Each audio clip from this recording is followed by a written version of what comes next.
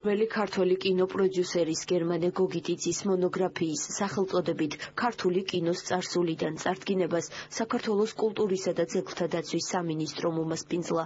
წიგნი გამოუქვეყნებელი კინომემუარების თარგმანს, კრიტიკულ წერილებსა და საარქივო მასალებს, მათ შორის 19 ფოტოს მოიცავს. გამოცემას დართული აქვს გოგიტიძის სრული ბიოგრაფია, რომელიც მკითხველს მისი ცხოვრებისა და მოღვაწეობის აქამდე უცნობ ფაქტებს აცნობს.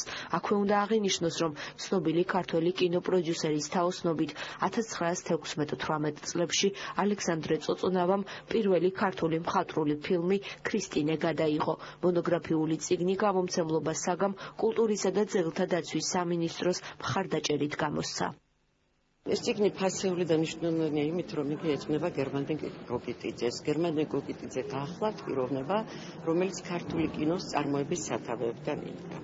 ეს ურთულესი ბიოგრაფიის პიროვნება, რომლის გამოცდილებაც გასაბჭოების შემდეგ კარგად იყო გამოყენებული იმდროინდელი ხელისუფლების მიერ, მაგრამ შემდგომ ციმბირში უკრეს თავი, გადაასახლეს და აი ამ წიგნში ასახულია, რა მოასწრო მან თავისი ცხოვრების მანძილზე გასაბჭოებამდე და ვიდრე გადაასახლებდნენ.